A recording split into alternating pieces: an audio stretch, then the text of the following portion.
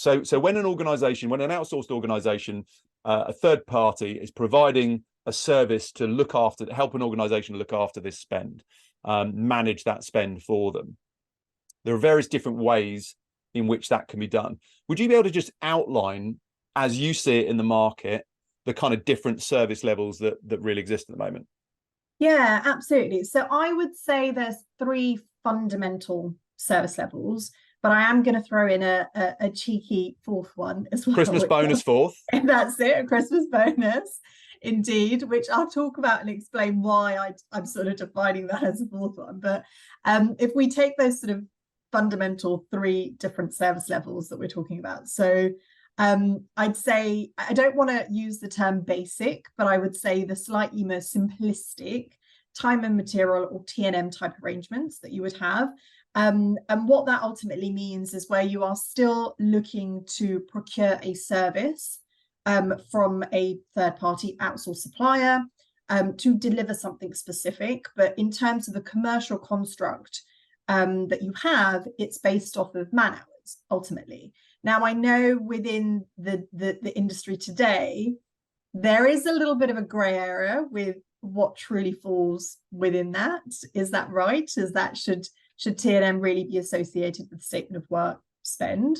But we'll park that maybe for another conversation at a later date. just to dive in very briefly on that. If this scenario is saying it's Sana working 5 days a week, for me, that's contingent labor. If it's the supplier is going to deliver 10 days of consultancy, I'm not worrying about, it's not my business who's going to deliver that consultancy. Exactly. If it's structured in the right way, that's different to saying it's a specific individual doing X amount of hours and there's no outputs. Absolutely. Absolutely. And I think that's the key thing with T&M really is for it to be true and valid and right when it comes to statement of work, is that it's purely, and as I mentioned, it's purely the commercial construct that is dictating. It's not dictating who is doing it, or as an organization, if I'm the buyer, I should not be concerned in any way, shape or form which individual bodies are going to be delivering that work for me and how many and how, for that matter.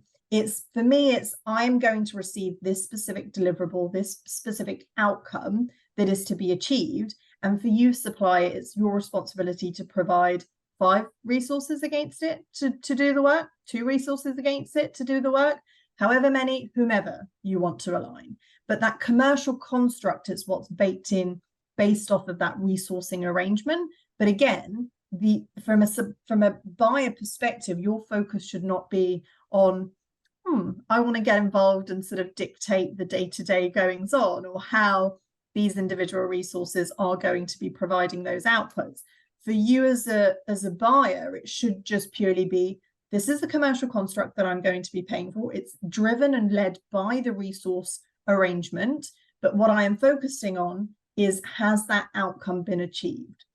Doesn't matter who's achieving it, how it's being achieved. I say within what timeframes, but that does play a little bit of a factor regardless. But who and by how many individuals it's being done, that should absolutely not be a concern whatsoever.